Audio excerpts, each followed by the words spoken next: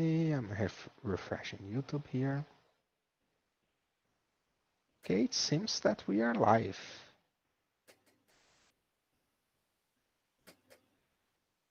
Are we live? Or are we Memorex? That was an old commercial, by the way, with tapes, actually, video, Yes, audio tapes. it's okay, and we are live on YouTube. So, hello everyone. I'm here to introduce our great friend Joe. Joe is an international consultant, and he works a lot here in Brazil. A great partner of us and Professor Alfredo, which help us in this course. This is our course, Laboratory of Complex Systems, in which we teach many subjects from agile development um, to microservices architecture and many other technologies that are used today to create complex systems. And today we are going to have the lecture Swarming, the surprise benefits of mob programming, with a focus on the challenges of doing both pair programming and mob programming in a remote environment. So Joe, thanks for your presence, your virtual presence here today with us. And please, you can start. Okay. First of all, thank you, Renato and Tati. It's good to see you. And by the way, it was good to see you last week during your presentation for the USP Code Lab at XP 2020. I really appreciated that and the work you're doing with Alfredo Goldman and Eduardo Guerra as well. That was a very nice presentation. I enjoyed it very much. I participated on an online conference, and given the challenges of nowadays, I thought overall that went pretty well. Not the same as the hallway rubbing shoulders or whatever, but and hola, hello to everybody there at USP Code Lab, as well as if anybody's on the live YouTube feed right now with this, and thanks Renato for setting that up. By the way, Renato, is there anything people need to know on the live YouTube feed as far as if they want to ask questions or give feedback or bring something up? Is there some link they should go to? We are going to set up something. I asked for Todd some help for us to set up a way of people asking. We'll add to the YouTube comment a link so they can ask questions. We'll check them for you. Depending on something, we comment for you. The students here also of our course, if they sometimes prefer to ask questions via chat, and for anything we interrupt you and ask a question. Yeah, feel free to interrupt anytime and all that. This is meant to be somewhat interactive as much as we can get when you're doing a virtual thing with this. So, and thanks for the nice introduction. So I'm going to talk about swarming, the surprising benefits of mob programming. And I'll include some information about describing swarming, especially from mob programming perspective, from extreme programming, which might be the minimal part of, you could think the basis of mobbing, two or more, the two people can swarm together, and then ultimately to where you can have a full mob programming team. And we'll talk about some of the variations with that. But I specifically, as requested by the USP Code Lab, I'll definitely focus some on dealing with these swarming and mobbing remotely, especially now given the COVID things. And by the way, I hope everybody's staying safe and healthy. It's definitely, I miss being there in person. I'm used to coming to Brazil a lot, so it's, I'm definitely looking forward there, but it is good to be here remotely. So I want to start off with talking a little bit about swarming. And when we're thinking about swarming, a lot of times teams are working on a lot of things. And so when we're swarming, in fact, we wrote this up as a pattern last year. I participated as one of the co-authors in the Scrum Patterns book. We have 96 patterns. And one of the patterns we focused on, sometimes you want the whole team to kind of focus on a single impediment or a set of backlog items to make sure it gets done. These are so important, and it's really people working together, you know, 2 or more people kind of swarming together as you're dealing with some of these issues. And so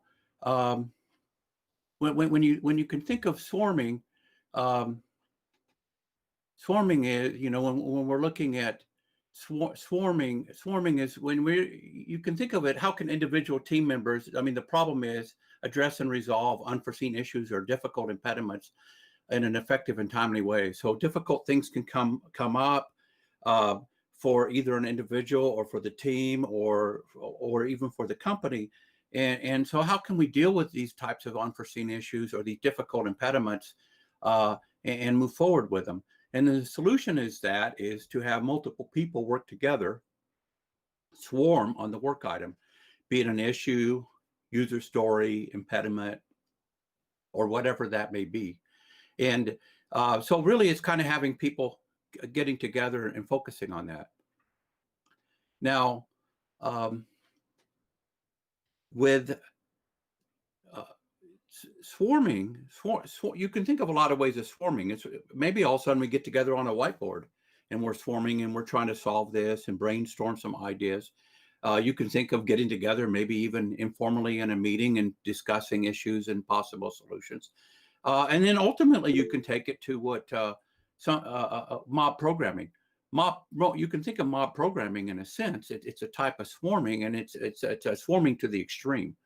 And it's really where everybody is, even not only during the brainstorming and discussing of the items, but actually even implementing and putting into production is a whole team working together, usually on one code base.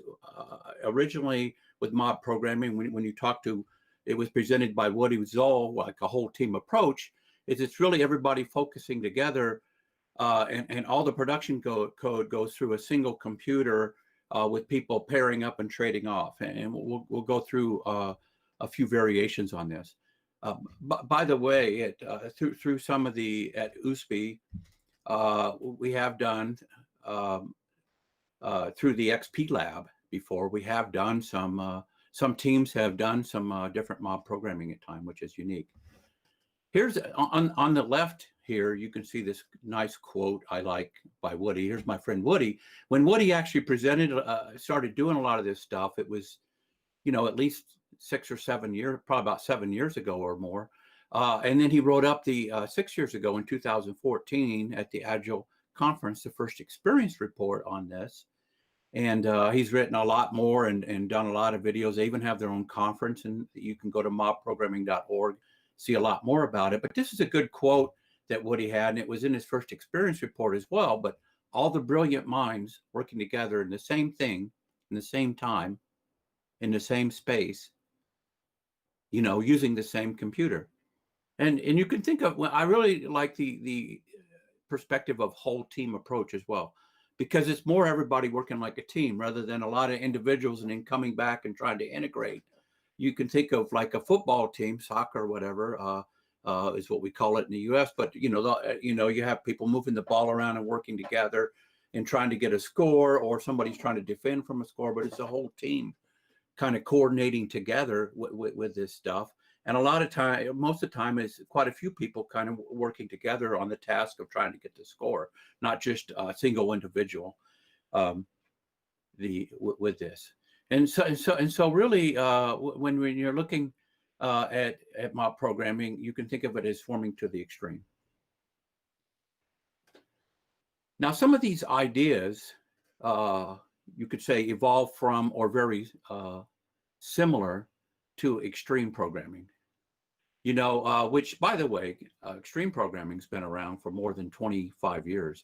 It came about before the Agile Manifesto, and it was really a lightweight methodology with quick feedback loops and a lot of good values based upon that. And it was introduced by Kent Beck and Ward Cunningham, who you're seeing here, as well as Ron Jeffries was another one. And they had the Chrysler project back in the mid to late 90s. They were working on with this. And it was really like, we need some kind of lighter weight methodology. It was really focused around short feedback loops, focusing really on what adds value keeping focused on the customer's needs. You have a lot of user interactive, getting up in their regular stand-up meetings. So a lot of things that you hear when people talk about Agile nowadays was stuff that was discussed then. I actually had the privilege of, in the late 90s, and that's when I actually started my own company, the Refactory, in 1998. But in the late 90s, at the Illinois Department of Public Health, we were doing extreme programming, writing medical software for newborn screening or refugees entering the country, or if you, for example, with newborn screening, if you check for certain genetic diseases, how to follow up to make sure the infant lives a healthy life. And we went in and we took the cubicle land and completely opened it up and started doing extreme programming, which was pairing up, switching pairs, lots of testing, unit testing, keeping the code clean, going through a lot of short sprints, getting feedback regularly as we went. And it really was focusing basically on the most important features and continuing the short feedback cycles and growing the software as we went. And we were able to do in a short time what a lot of the state agencies, which was unheard of at the time, were doing these types of practices. We were able to put into production, which are still in production today, some really nice working systems based upon these principles of extreme programming. And when you look at extreme programming, they have a lot of nice values, which are similar to mob programming, though mob programming has evolved from that. One is keeping things simple and having lots of communication with a continuous feedback loop as you go. And then there's this mutual respect. We all respect each other. There's no us and them or big eyes or whatever. It's all of us working together. It's that collective code ownership and a lot of courage to kind of work together with this. And at that point with extreme programming, it was pairing, and usually for a few sprints or one or more sprints, you would pair with the same people, and then occasionally you'd move the pairs around. And you wrote a lot of unit tests based upon the user stories, and based on the user stories would have acceptance tests associated with them, and that would describe what you're doing.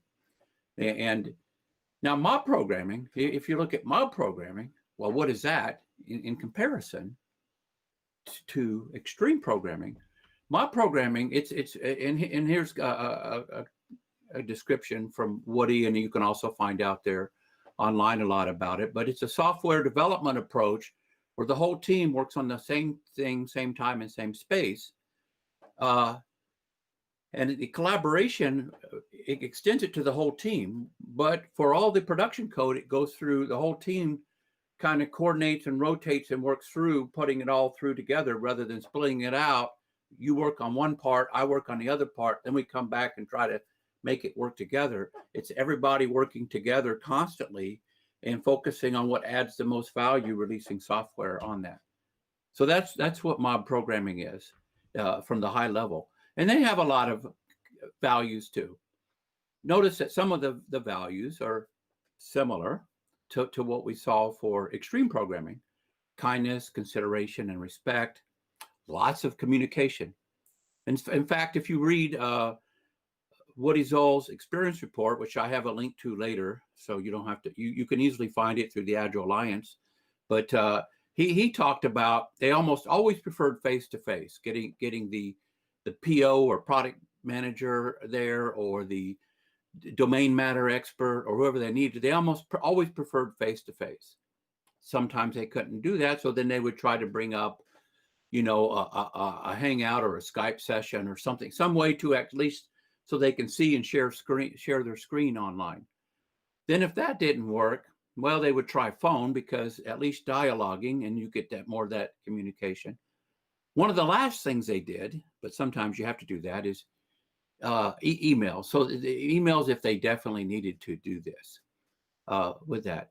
And it's not about going fast. It's really focused on high quality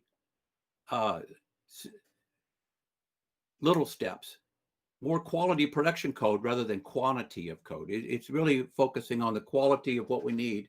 And sometimes less is more, because we're focusing on the value that we need rather than just a lot of code or maybe features that may or may not be needed.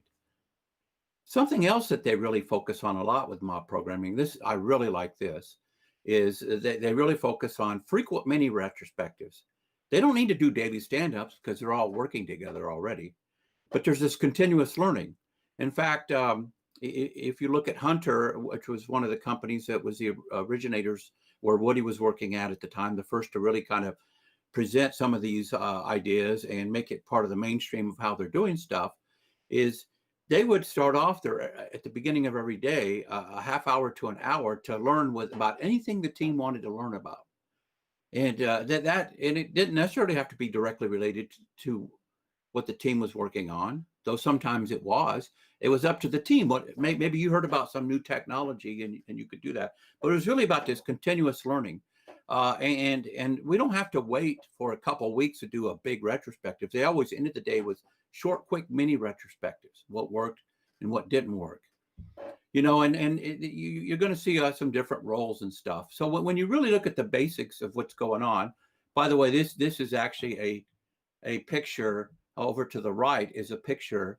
If you go to mobprogramming.org/mob-programming-basics, this is one of the early pictures from about 5 or 6 years ago from Hunter. This is Chris. He's done a lot, and their whole organization has changed. This was the only team doing it at the time, and I went and joined that team early on because I was the shepherd for Woody when he wrote his paper, and I was like, Woody, all these ideas sound cool, but how do I really know what mob programming is about unless I did do it? So we found a way where I was able to fly to San Diego, where Hunter's headquarters is, and I joined their mob team for the day. And I instantly added value and was part of the team and part of the whole process, even though I was brand new. And that was one of the cool things from the shared experience that I hope you're going to see. But if you really look at the basics, they have a shared computer and workspace. Now, in this case, they had projectors that they were going along, and they had their Kanban board, and they would constantly be rotating on who's working. You can't actually see Woody in this picture, but I'm sure maybe Woody was actually taking this picture, I think. They have this concept of drivers, navigators, which I'll talk about more later, rotating often, every 5 to 15 minutes. Originally, they started about 15 minutes, but that's adjusted to about every 7 minutes now. They had, maybe sometimes they'd have multiple keyboards because you like one of the curved keyboards, the ergonomics, natural, or somebody else might prefer their own keyboard, so they would have multiple ones they could switch in. Other people could still have laptops or computers to do research in, but all the code went through this, and they actually had 2 display screens going on with there. And also, this was important too. Anytime you're working with a team, sometimes you need a break or get away from the team. So they have private work areas. You could step back. You could actually go do your expense report or personal emails, or you could leave the mob at any time just to take a break, or you needed to go do something personal. And then you could come back and instantly jump back in. And then having this, they did a lot of continuous integration deployment with TDD. So as far as the environment, you know, I mean, with the environment, you can definitely start off really basic. You don't need like a very fancy environment as you're seeing here. You could start off with just here because big monitors were very expensive when they were first doing it. It was a lot cheaper to buy a couple projectors and hook their laptops or computers up into it. Nowadays, that's evolved because big screen monitors are a lot better with this. And then with remoting, it's even quite different, right? And we'll talk about that a little bit later as well. But if you look at Woody's original paper, this is kind of how he talked about it. But you'll see a huge evolution as they go. Now, most mob programming teams, they're working an extreme programming style. They write a lot of unit tests based upon TDD ideas. TDD stands for test-driven development, and that's, you know, driving your development based upon how you're going to validate it with all the tests as you go forward. Something that a lot of mob programming emphasizes, even though mob programming doesn't say you have to do this, but a lot of mob programming teams do. They emphasize this concept of strong pairing. So I definitely want to spend a little bit of time at least talking a little bit briefly about TDD and strong pairing, because I think these are kind of some huge benefits of any type of pair programming, or even if you start mobbing up and scaling the swarm up to 4, 5, or 7 people, for example. So let's look at TDD, test-driven development. By the way, most people may not realize this, but actually the ideas came from extreme programming. TDD evolved. That's what the core of TDD for extreme programming was. You always started with a failing test. You took a user story, you wrote the test first. Based upon the acceptance test, you'd break it down into different test criteria, and you could write tests. The test would fail. Then you do the simplest thing it takes to make it pass. And then what's real important, a part of TDD, which some people miss quite often, is the refactor, doing what it takes to clean things up. And another way you can think about it, say you're working in object-oriented design or even from functional design, is when you're adding a test, you're defining the expected behavior.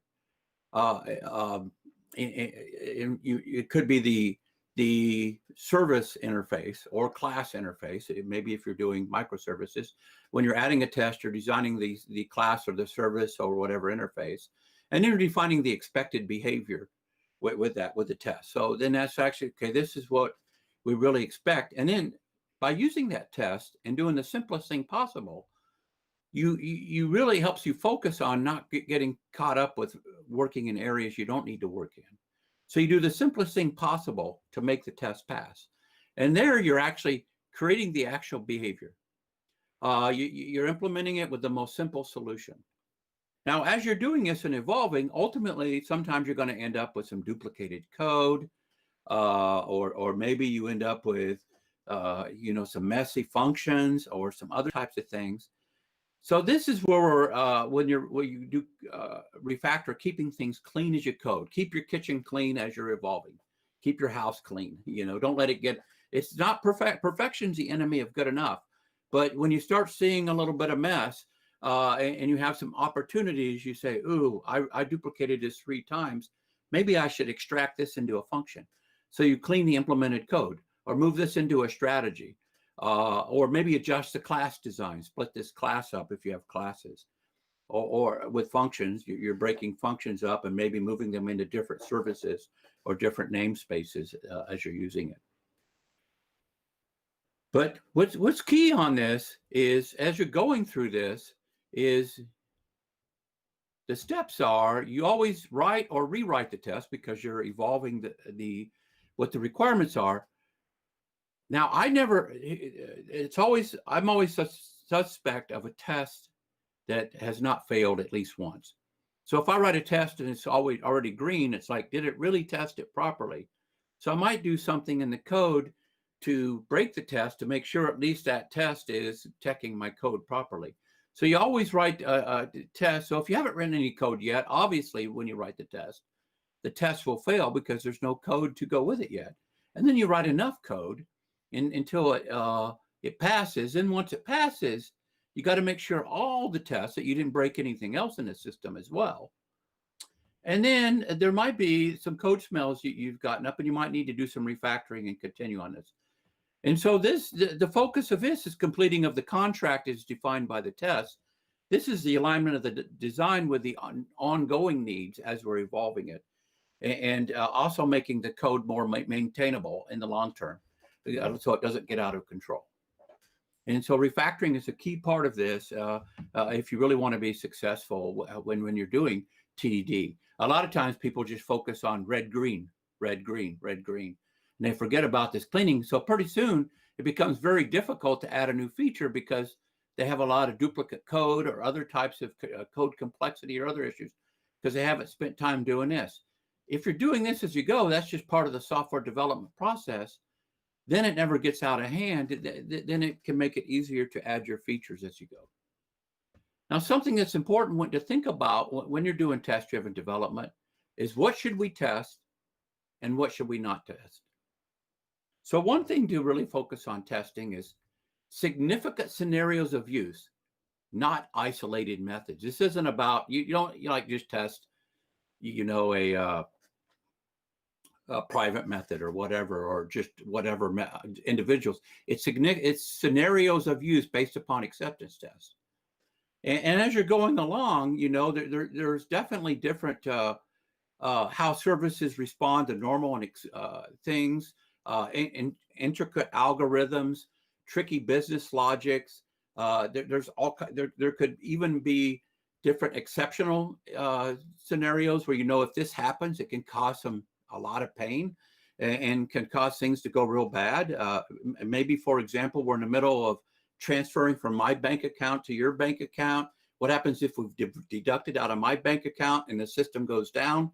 Does that mean I lose money, or what happened to that money? Did the other person get the money? Did we roll back properly, or have we logged the transaction so we can fix it? So how do we handle these different types of exceptional scenarios? And if there's any real complex type things going on, any tricky parts through these scenarios, and it could be based upon the public API from the different services or the different interface of the different components that you have. And something else that's important to test are different types of qualities, required system qualities, such as performance, scalability, throughput, security, availability. It could be maintainability, might be one of your different, you know, sometimes people call these the non-functional requirements, but to me, it's an important system qualities, the ilities, quite often, we hear people say. But just as it's important to think about what to test, it's very important to be pragmatic. Focus on what adds the most value. We only have so much time. So tests should add value, not just be a blind exercise. So, I mean, we shouldn't just test getters and setters unless, of course, they have weird side effects or are very complex. Same way with private functions or whatever, support functions. I mean, if we've tested the main scenarios, the coverage should test those private functions indirectly with this. Also, we want to test the important exceptional exceptions that could happen, especially those that are likely to occur or will cause catastrophic problems. However, it's almost impossible to test everyone, so we need to focus on the ones that have the most value. Also, I'm not against generative tests or automated generative tests completely, but they're not a replacement for writing what are the important scenarios and boundaries and other things. What's the business rules around this, and writing you got to stop and think, what are the important types of tests? So generative tests, they can be okay, and they may find things that you may not have guessed about, and so you could maybe use them to find areas that you weren't so sure about, but they're not a replacement for writing more important scenarios. So I'm not a big proponent of only automated tests. I still think you need these others. And then also, when you're talking about boundary conditions, test key boundary values. Sometimes you have an infinite possibility of boundaries. How are we going to, if this could be an infinite value? So you test boundaries where the problem arrives are proven to be important considerations for analyzing your code. And it could be by testing certain types of boundaries that captures a whole set, an infinite set of values from doing that types of thing. So focus on the ones, you know, if you have time, obviously you would test them all, but in general, if there's an infinite number, there's no way. So you have to have ones that give you confidence. You want to be able to test and have confidence that what we built is going to give us, it's going to work the way that we expect it to work and not have problems. So that's why it's important to focus your tests on that. Okay. So, of course, being kind of a Yoda guy and, Star Wars fan, I had to throw in Darth Vader, but you don't know the power of the dark side or the pair programming. The pair programming is not necessarily a dark side, but there's power of the force of pair programming with that. And pair programming, it's really focusing where two individuals are working on a single system with one typing and the other one navigating or observing. Generally, one responsible for typing is known as the driver, while the other one is called the navigator. And the objective is to share the workload in order to maintain the constant development in this. And so let's talk about what pair programming is. Now, according to Kent Beck, which was one of the originators from extreme programming talk and written a lot, him and Ward Cunningham and Ron Jeffries and others have written a lot about pair programming. This is a quote from Kent Beck. Pair programming keeps each other on task. It brainstorms refinements to the system. You're clarifying ideas. Take initiative when the partner's stuck. So if you're coming back from lunch and I'm going off around, I'm still coding, but I'm going off around a dead path, or I'm wasting time, I'm losing focus and spinning my wheels, the other person is kind of challenging me on that and get me back on focus. And no, that's not focused on what we need for this sprint, or that's just going down a dead end street where we're not going to get anywhere with that. And also you can help hold each other accountable for the team practices. Now we need to write tests for that. We need to we need to name the variables better. We need to name the functions better. It's not really, it's not just, pair programming is really not just me being somebody else's typist. It's not about taking turns using the computer, or now I get, you work for 15 minutes and I get to, check my messages, do whatever, go on social network, or what it's really about.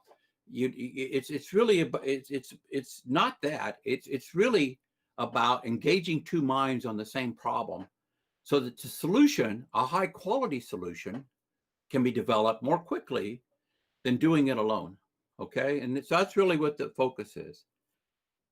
And there's a lot of different variations with doing this. And so I want to talk about the different variations of pair programming. While you're pair programming, there's different types of things, whether you're doing knowledge sharing or strong pairing or all that. So I want to talk about a little bit of the variations with this. So one variation of pair programming is expert to expert. Pairing, therefore, your two developers that are paired, or two or more developers, they all have a lot of experience with maybe both the domain and even the development environment and the types of technology they're using. And it can produce very good results, but sometimes it can yield little insight into new ways because there's not being challenged. Sometimes you'll have expert to novice, or maybe not novice, even mid-level person. In these cases, a lot of times pairing can create many opportunities when you have different levels of expertise. Because obviously the expert can mentor the novice, teaching them some advanced things, and you're sharing knowledge about the system. But also you can introduce new ideas as the maybe less experienced person. I'm asking, why? Why are we doing this? Or wait, couldn't we, how about this? Would this work? Or, so my question established practices, and which can be a very productive type things. Sometimes you have novice to novice. And so you can obviously, two heads are better than one, as the old saying goes. At least that's a saying you hear a lot here where I'm from here around in the US. And you can produce, so if I'm working with another novice, usually as two novices, we don't know a lot, but usually you know things I don't know and I know things you don't know. So together we're kind of adding more value, and we can kind of learn together as we're going. Obviously, though, it's not the most ideal way to do that. Now, there's a lot of different types of styles of pair programming as well. For example, for people that early on learn, and maybe they just kind of learned on their own and said, let's just start pair programming. It's called maybe unstructured pairing, doing whatever works. However we can find to add value with this. We'll just experiment. Maybe I'll write some testing code and then hand you the keyboard, and you write some testing code, and I just kind of watch and observe and occasionally point out typos or whatever. I mean, so whatever kind of works. There's also this concept of driver navigator, which I'll expand upon here soon. It's really, well, the navigator is looking at the big picture and the driver is focusing on the mechanics. And I won't focus much on that now because I'll come back more to that when we talk about strong pairing. This is something that you might see a lot is maybe you have an expert backseat navigator. So the expert is helping teach me how the mechanics, how to go and what to do. So maybe I'm new to using the Eclipse IDE or Clojure or whatever with Emacs, whatever I'm using. And so the navigator, the expert understands what's going on in the system. So they're helping me with the big picture of what to do. Here's how we want to do things in the code with Clojure, but also here's some mechanics of how to do that as well. We call that the backseat navigator. And then this is quite often done, and this is very useful. It definitely works well for training or giving a big picture. Bringing somebody new and onboarding them is a tour guide. And there you have an expert maybe helping out others with that. And then there's this final one, which definitely you saw a lot of people in the early extreme programming days do what we call ping pong pairing. So maybe the first person writes a failing test, and then I give the keyboard to my partner, and the partner has to do what it takes to get it to pass. Then that person writes a failing test, they give the keyboard back to me, and then I do what it takes to make it pass, with the other person talking with me as I'm going. But it's back and forth, kind of like a game of ping pong, taking turns with writing the test, and then the other person does what it takes to pass, write a failing test, and then you just keep going back and forth with that. And of course, nowadays, things are really looking at distributed, which we'll talk more about at the end of this. So many people who are new to pair programming are confused on what the navigator is supposed to be doing during the typing. So a lot of times for a while, the navigator, so the driver, Sally's typing and working, and I'm the navigator, and then I'm trying to follow and read what Sally's doing, and she's kind of making decisions, and I do the best I can, but after a while, maybe I get distracted. I start thinking about different things. Now, of course, this is for USP Code Lab, so I should put football the way that football is, right? So you might, all of a sudden I could get distracted. I'm thinking about other things. I get distracted thinking about the football game or things with my kids or wife. And not that those are bad things, but I'm losing focus and I'm not helping Sally out anymore. I'm getting distracted. Maybe I even start getting on my phone and start typing things in and just, and next thing I know, 15 minutes went by and I left Sally alone and I wasn't doing that. So what can be done so I don't zone out, get zoned out over time? And that's where the concept by Llewellyn Falcon put a lot on this, and there's been a lot written about it, is they have the concept of strong style pairing. So when the driver needs to contribute, they got to relinquish. So generally what you do is, I have an idea, give me the keyboard, let me show you. And even though that's okay, and that's some knowledge sharing, what's even stronger is, I have an idea, I'm going to give up the keyboard. So this is called strong style pairing. So every time, and so as we're rotating, the driver isn't worried about the big picture solution. The navigators, either if you're pairing that other person, or when I'm pairing in a mob, there's 4 or 5 other people there. They're discussing and telling me where to go. And it's kind of collective type things going on with this. So when they have an idea, and so that makes things more engaging as we're going on, as we're moving forward with this. So I encourage people to experiment. This is definitely very good for knowledge sharing. So I have an old saying is, tell me and I'll forget. Show me and maybe I'll remember part of it, but involve me and I understand. So if you involve me, it's just like, if you're teaching me how to be a guitar player or do woodworking and things like that, apprentice, and you're the master teaching me, is you want me to get in there and do it, and then you're able to give me advice based upon that, but I need to be involved and actually experience trying to do it. Now, as you're doing mob programming, it's good to start simple. And here's an example, from some of my friends at Nubank from over a year ago. They just started with a couple of monitors and just moved some desks around. I've done similar things with some of my friends in Paxiguru. But even if you look at Nubank, for example, they really evolved and bought huge screens and set up a lot of really nice mob stations. And actually, if you look today, you remember the early picture I showed you of mobbing. This is at Hunter nowadays. They created these real fancy stations. And by the way, there's this nice short 2-minute video which does a day in mobbing. They go through all the scenario, a whole 8-hour day of how they go and work. There's actually 7 mob teams with all kinds of personal workstations and other things that they can do with that. So I would highly recommend checking that out. I don't really have time to go through the video here, but I would highly recommend to find that. And I have some links to that later, which I'll show you here at the end of this. But do whatever works. Now, obviously, in remote, a lot of times mobbing was originally, let's be in the same physical space. That's evolved a lot since then. Now, one other thing I want to talk about mob programming before I talk about remote mobbing is mobbing is a type of swarming. And as you're swarming, so even when you're mobbing full time, still some things come up that you might want to look at.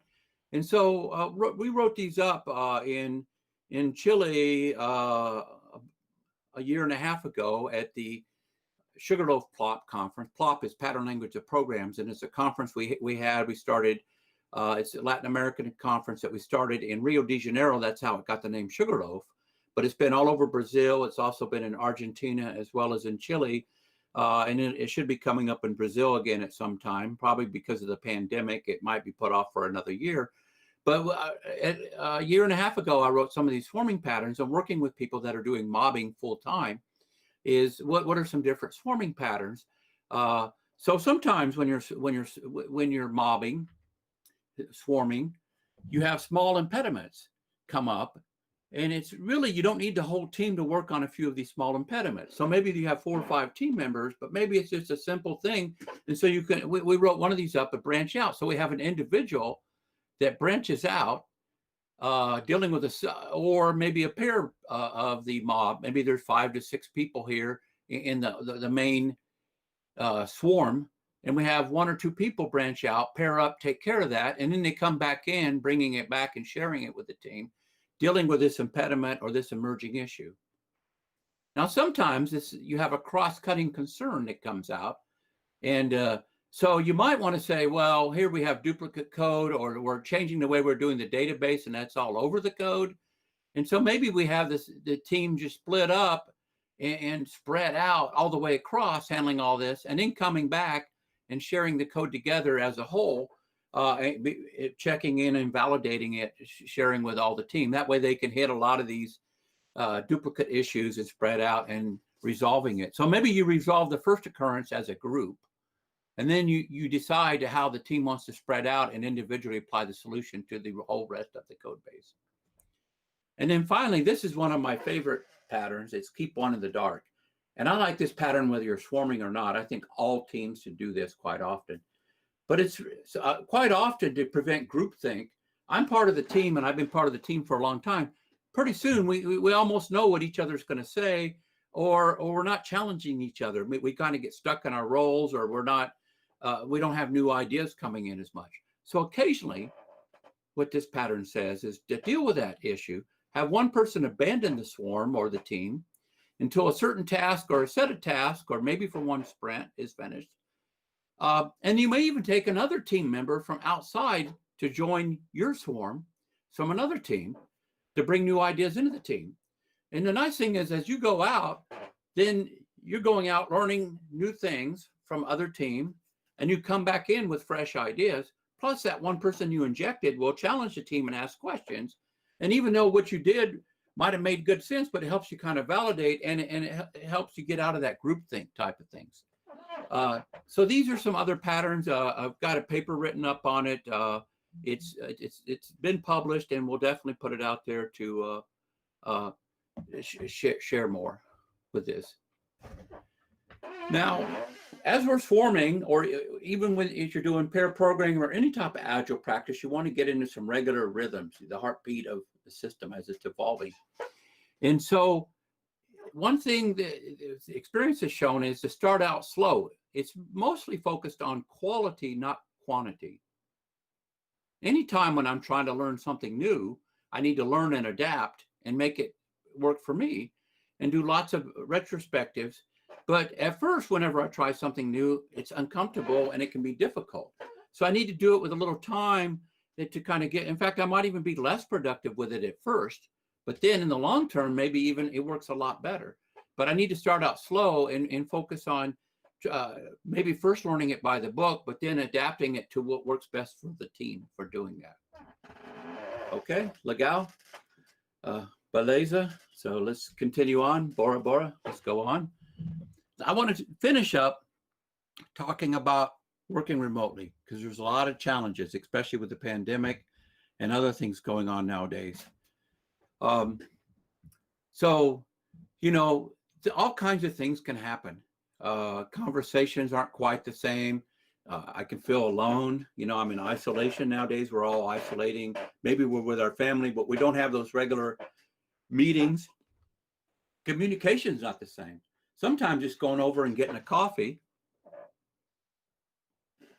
you have a nice discussion with, hey, Tatiana, how you doing? What's going on? Or, hey, and you know, you start getting into some good ideas. Or sometimes you hear other ideas and it really kind of stimulating that. You're having a lot less of that when we're online. So that types of communication. And we can lose focus on what's going on, including we can even work too much. And there could be many distractions. It could be the doorbell. Your child comes into the room, family things. All of a sudden, you're in a meeting trying to do some mobbing and remote things, and people are all of a sudden the neighbor starts his lawn equipment and it's making a lot of noise. Things like that, and you know, keeping your morale up. And, you know, whiteboards, you know, yeah, we have some online whiteboards, but sometimes it's a little harder because getting up and moving around and we're all interacting with each other. That's a lot harder to do. And unplugging from work. Don't get obsessed and we can get stuck. We need to get away. And, you know, when I've been doing remote work, I had a full remote team in the throughout a lot of the 2000s, working for a Silicon Valley company. We completely I had a remote team, some people here in my city, some people in other cities around the Midwest for a Silicon Valley company, and we completely replaced their software. And a lot of times it, you know, and there was definitely some benefits with that. But one thing about a home office is when you go home, it's not like you leave your work. I mean, here you are home. So it's important to kind of maybe have your work separated or your office space so you can unplug and get away from that. And then sometimes there's technology issues. People can't hear me or the video goes out. Luckily we did a little bit of testing before this talk so we can deal with this. And we can get too many meetings or get zoomed out. I hear a lot of people talk about being zoomed out or whatever technology, onlined out with a lot of this stuff. And so when it's good to think about how to deal with some of these things with remoting. And obviously, we're not going to have the same screen, so we're all working remotely. We have to set up and use the technology and other practices to help us deal with that. So by the way, you can go to remotebobprogramming.org. These were actually some patterns and practices written before the pandemic. And so some of the stuff, they'll talk about the teams getting together regularly. Here, I'll just actually show you a link to this. If you go to remotebobprogramming.org, you can get all the patterns. You can even go and get this book for either low cost or almost nothing, though all the patterns are on here. They talk about remote everyone. They always like to have the camera on if you can, so that way you get that feedback of what's going on. Regular on-site meetings, same time. And they talk about the typist, or here they went with 10 minutes because they needed a little bit more for context switching. And so they have a lot of good patterns that you can go along here and look at this. The typist and the rest of the mob, they did screen sharing. So what they would do is check in their code every time. They even wrote a tool for that. In fact, they wrote this tool. It's open source. If you go to mob.sh, and I'll share the materials as well and with the links in it. But it was an open source command line tool written in Go for doing their check in and check out without causing a lot of issues with the branches. So that way through Git, they can do a quick handover and keep the master branch clean with what they were doing as they evolve. But you know, you can write your own as well. But anyway, they have a lot of good experience here. Now, one thing that they had on here is and then dine with your family. That's a good one. And they also talked about you know, regularly getting together in person. Well, that's something that we're going to have trouble with for a while. Of course, this was written a little bit before that time, but there's a lot of good experience. I would definitely recommend people to check out a couple of these links, which I've included in this for remote mobbing. But it's really not to get. Yes. May I ask a question? Sure. About this getting together, what about trying to adapt? What do I say? Let's say that we stop working and just throw a party, a virtual party, something like that. What do you think? Oh no, that's a great idea, by the way. In fact, that's another one of the patterns too I was going to bring up later, is you could still have like, okay, it's Friday siesta, let's all have a virtual dining and or happy hour. Let's have a happy hour, all that. Now, one of my friends from Sampa at Newbank told me recently that next year, every day is going to be a happy hour once we get back together, right? Because we have to catch up. But yeah, I mean, that's a very good idea, Renato, is doing that with that. And so these are some of the things that dealing with some of those challenges. So that's a good idea of doing that type of stuff. But a lot when you look at remote mobbing, in fact, let me also share one other thing here too. There's a great experience report, but by the way, this is Woody's, and I'll put links to this at the end of my talk. But if you Google Agile Alliance and a whole team approach by Woody, this is his very first experience report, and he talks a lot of things about what it is and their experience. And he wasn't trying to convince people whether they should do it or not, but it's more about how their experience of going through and how it worked well with that. But also, a couple of years ago at the Extreme Programming Conference that was in Porto, Portugal, and this can be found as well. It was written by the Cucumber team. The developers of Cucumber have been doing remote mobbing for quite some time. And they even have a nice little section in here. If you go down and scroll through, it's a pretty short paper, but they talk about mobbing remotely. And in here, once again, they still talked about regularly getting together in person, but at least during the pandemic, that's going to be difficult. But maybe you can find some creative ways of doing some of this, as was talked about by Renato there, including still having some fun things to kind of break the ice and do some things with that. Though once we move back out of the pandemic, a lot of teams will probably continue to do remote mobbing, but there are benefits of occasionally getting together and still doing some things with this, okay? And by the way, here's the link for a day of mob programming in 2016. You can go through this video. It's very nice. It's like a 2-minute video, or actually 3-minute video, but you can cut out some of the lunch stuff. You can go faster. That shows everything that they did as they kind of go through their learning skills, you know, all the, you know, and then so I'd highly recommend it if anybody wants to look at this. So here's a lot of practices. So they always talk about camera on with a small team and the driver navigator, and it's group decisions.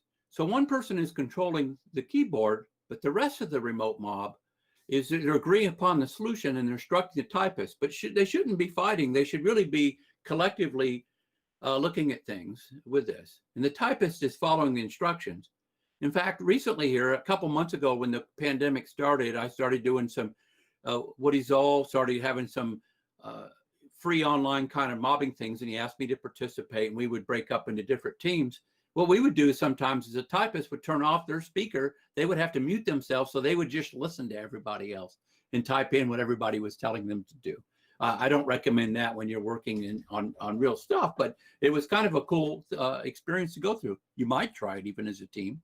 So the rest of the mob is guiding the typist as needed. And then we said a lot of teams that are doing this in industry right now, with some teams I'm familiar with, like, for example, at Bank and some other teams, they take about 10 minutes now on the rotation. So I've worked as small as 3 minutes as well. In the driver navigator, quick handovers, there's that link I told you about with the tool, but you could write your own. And then the continuous learning, same time for mobbing, and regular breaks and times to end. And possibly, and one person is controlling the keyboard. Now, another way of doing this is, so the nice thing about checking in and checking out, we all get our same environment with my shortcuts, my key. I get to use my IDE. You get to use your IDE. So maybe you like Emacs and I like IntelliJ, or somebody else likes whatever, VI. And that's a nice thing about kind of swapping that way and checking in and checking out. On the other hand, sometimes it's good too just to do a remote sharing. So do a screen sharing. I've done mobbing that way as too, and we just gave controls up. It's important to have regular breaks and time to end, and take a lot of breaks. Get up every hour or so and walk around, just to take a regular break. Okay. And so what I want to what I'd like to do is at least take a couple minutes here as we're ending, if there are any kind of questions or discussions with this, as we're going through with this, before I kind of put closure. So Renato, I don't know if you have, or if some of your team members have some other types of things that they would like to bring up and discuss on this. Okay.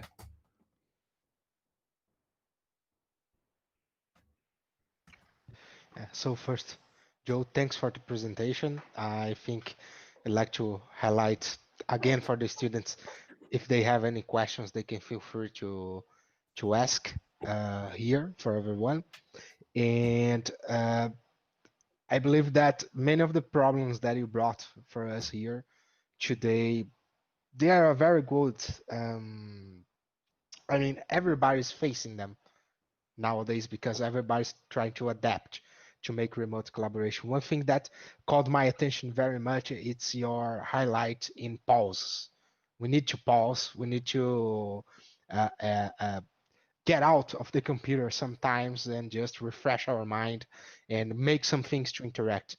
I think that one of the most common habits we have as developers when we are together, it's the famous coffee break. You just stop to take some coffee with your colleagues and make some small talk and all this stuff. And it's something that we don't usually do remotely. Yeah, we don't do enough of that, do we? Yes, and I think that most people also complain because we usually are a lot of time very focused when we are trying to work remotely together, and people don't realize this, but our level of attention working remotely is often higher than when we are together in an office with other distractions and other stuff. And this is not necessarily a good thing, because you can feel overloaded by just a couple hours of working together. Absolutely, absolutely.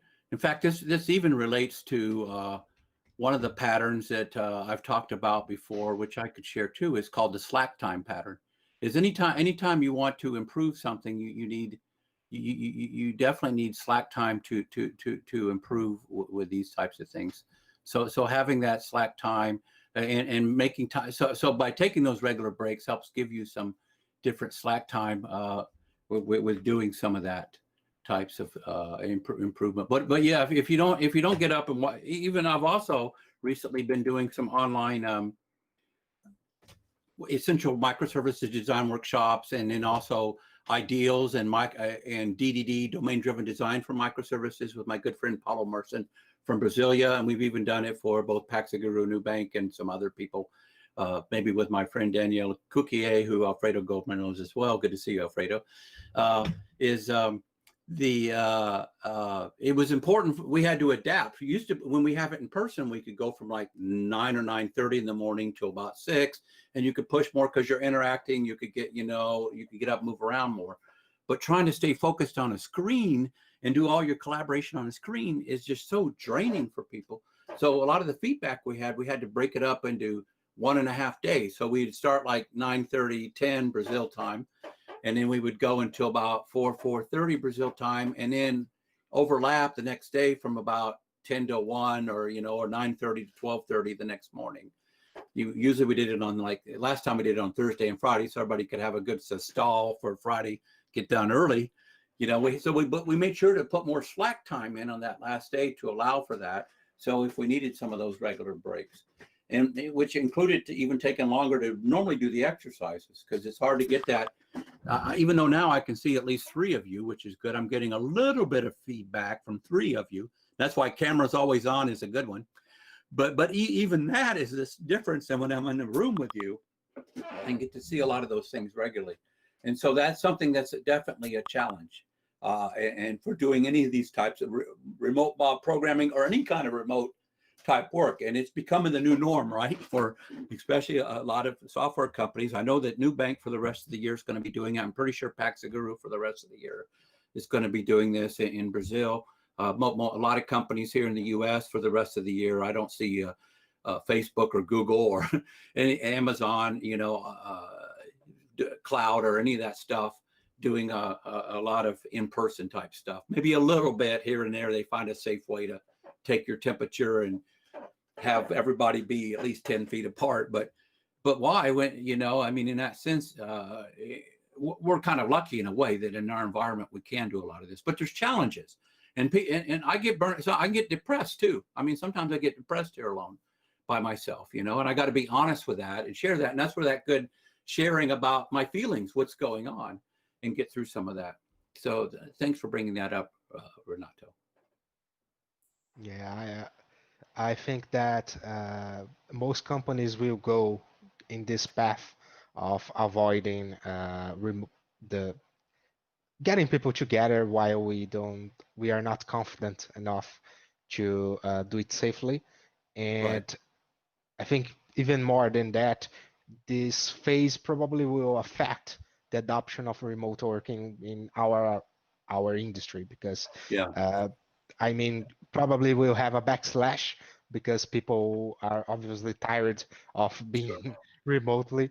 But now the we find how to benefits, balance it. We can find out how to yeah, balance it. So there's definitely benefits remote. Like I said, I was doing it the last decade. I had full team doing it all the time, but still sometimes I'd want to get in person. yes, And still sometimes I had to fly out to California and get in the face of the customer because there's nothing that beats some of that. But now we have to find creative ways to deal with that the best we can. Just like you at the university are doing that as well as online learning. And I've had to do that with online workshops as well. And even the XP conference, they did pretty well, but it's still not the same. I've been to a real XP conference, and the online XP conference was awesome for an online conference, but it's, you're still missing, like I'm leaning over next to you. Well, I'm not so sure about what that guy's saying here. And that's, even though you can try to have that, it's not the same. Yeah, and you have a little bit of the chat. There's benefits. The chat can work. So sometimes when me and Paulo Merson are presenting, having the chat stuff come up, or even the chat during remote mobbing can be adding value, because you can't really have multiple people talking at the same time with that. Yeah. By the way, I just did put on the discussion and challenges, the driver navigator. I would emphasize people experimenting with strong pairing. You don't always have to do it, but I wanted to at least make sure people understood it. But lots of testing focused around the business requirements, and rotating whatever the team finds valuable. The team really needs to do like I said early on, I did it 15 minutes with the original Hunter team when they were the only team in the world doing it. Now you have many people and organizations doing more mobbing. Of course, extreme programming. Here's something else I found, and actually I discussed this with Alfredo Gulpin when we were experimenting with mobbing at the XP lab. Mobbing compared to pairing is almost like, pairing is like a marriage. So sometimes it's really good, but other times, sometimes you need to get away from that person. But mobbing is more like a family thing. So even if I need to get away, I can step away, but the team continues on. Maybe the kids are doing conflict resolution. So it's more like a family type dynamic. So getting a few more people, it becomes like a real team, a real agile team, kind of focusing on what have most value. So doing this and being able to step back in the same way as I should be able to, anytime if we're remote, I should feel comfortable. I have to go to the bathroom, or I just need to get away, or a family thing comes up. I shouldn't have to apologize or excuse myself. And that's part of what even the mobbing in person was about. At any time we could leave and take care of ourselves and come back and get up to speed quickly. That's one of the benefits with mobbing with that. By the way, I put a lot of references on here. Clearly, these are the, you can go to just the URLs that you can Google a lot. Hey, on January 25th, you can go to the Mob Programming Gathering 2020. This is sponsored, but I'll be there participating. We'll be talking about a panel on remote mobbing. Woody Zoll's is helping organize this, as well as Agile New England from Boston. We were supposed to have I was supposed to participate a few weeks ago at the Mob Programming Conference in Boston, but obviously that didn't happen, right, at the end of May. So instead, what we're going to do at the end of June is do this Mob Programming Gathering 2020, which it's free. You can join it for free. So anybody can join that. So you might put it out for your team members. I put the link there and I'll share the slides, but if you just Google Mob Programming Gathering, and there's a lot of Agile experience reports. Here's a couple I talked about, but there's even like a mobbing for the introvert, and mobbing, all the different types of things, and how introverts can get a lot of benefits out of mobbing as well. But there's so many YouTube videos. Woody gives a lot of good online talks if you go out there for that. And recently you're having more and more people, including I think one of the DDD conferences or other things that they're going to do online is going to have some remote mobbing kind of sessions for talking about that. So I would definitely recommend that. And, of course, Muto Ricardo, good to see you, everybody there. I wish I was there in person to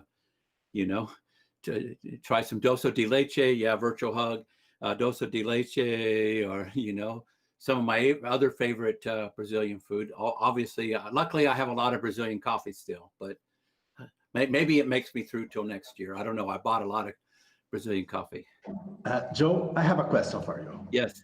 You are, first of all, thank you very much. You are always amazing. I love your talks. Your talks are so inspiring that you keep us doing the right thing because you are here to help us. Thank you. So I need your help. Let me explain. In August, we are going to start the next XP Lab. Okay. However, the teams, we do not have the teams yet. We have the students. Okay. So they need to form the teams. And maybe they do not even know each other yet. Yes. So usually we used to impose the 12 XP practices to start because it was good. Yes. But in a remote environment, I would say we have to start with mob. Why? To create the spirit of a team. What do you think about it? Well, I think that's a good. I haven't thought much about it other until you just brought it up. But I mean, when I think of extreme programming pairing, that is like mobbing to at the minimum amount, right? You need at least 2 people to be swarming on something, and growing that up. So if you're trying to build relationships and shared experience, yeah, having 5 or 6, or I don't know how big your teams are. I have participated. And by the way, I'll volunteer to help in August if you want to. I'll put that out there now. Because I like doing a lot with this, and I would love to do more experiments with USP with that, and including maybe we can even talk to some our friends in Newbank or Paxaguru for doing some experiments with USP during your lab on that as well. But I think that's a great idea for doing that. I have found that I got burned out with just doing pure pair programming all the time. But when I was doing mobbing, I didn't get that burnout because we're switching enough, and I'm able, to get that mental break and still sitting back, doing that slow thinking, kind of like what me and Renato was talking about, that slack time, stepping back. So sometimes taking a break and just going for a walk, all of a sudden you get the answer to what you're thinking about, what you were thinking about and stuck with, because you get out of it. and then you get the aha, just like a math problem or whatever. And so those are good things to do with that. So, and I think getting the whole team, even if you're doing it in person, I think it would be good to start off that way. And even if then you decide to switch into the just pure pair programming and doing stuff like that, I would even recommend once you come back in person to experiment. But it'd be good to see to experiment and see how it comes. So I haven't thought too much about it till just now, and then I haven't really done much about it. So I'm just telling you, sharing what my initial thoughts are on it based upon your idea. And for sure, you are more than welcome to help us. And I think it will be a real challenge, but challenges, we are here to adapt. So let's adapt. Yeah. Thank you. Well, and for most engineers, they like challenges and they like to solve problems.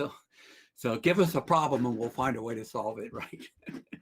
It may not be the best way, but we'll try to find a solution. Our experience here with complex system was a hybrid one because we started in the university, so everyone could meet at least a couple times before we went remote. But mostly most of our development happened remotely, or even better, all of our development. So far. So people here are starting another development sprint, and we hope that we can use some of our tips, recommendations to improve the quality of our remote pairing, because remote pairing and remote mobbing, because it's something that I think everybody's struggling with, but it's just to people realize that, well, we're not in dealing with something that nobody else is doing. Everyone needs to deal with these problems nowadays, and there is no easy solution. So maybe even we can create those solutions. Right. And by the way, when your team, you and Tati and others, and especially your presentation last week with the experience from using mobbing with complex systems, that you had a lot of really good stuff. Of course, now I know that was all based upon people working in person. So now you have the new thing. I mean, maybe that'll give you a new paper you can put together on it, how to do this even remotely all the time as well, dealing with some of these challenges of that. But it was very good presentation, by the way, on that. I definitely want to, but by the way, I want to thank everybody and make sure before we finish that I have, you can get a hold of me through any of these contact ways. There's Twitter or email or Twitter, email, or Instagram. And then this is a quote out of our Big Ball of Mud paper. If you think good architecture is expensive, try bad architecture. And then also I have another one I've been doing with Agile Quality recently, which is you can't fix what you can't see. So definitely, if anybody wants to follow up with me or have more interactive dialogues or questions or discussions about this, or just want to get online and chat and share war stories about a lot of this, let's do it. And check out that mob programming conference. I think it's in 10 days now. What's today? It's today the 15th. Yeah, it's on the 25th. So it's a free one. So you can go out there and sign up for it, okay? Lovely. Thanks a lot, Joe. Yeah, anything else you want with that? Yes. Do we have any more questions, Tachi? No. Okay. So thanks, Joe, a lot. I will end our transmission today. You can stop recording. I have some comments. I'll keep talking because Joe is here. I want to talk with Joe. I need him. I need him. So wait a moment. Thank everyone that watched. We have some YouTube viewers, so thanks everyone that watches this right now or will watch it later. And please feel free to join our community at USP Code Lab 2, because we have Telegram, we have social networks. You can get links for all of this stuff in YouTube too if you end up watching there. So thanks everyone, and I'll close here our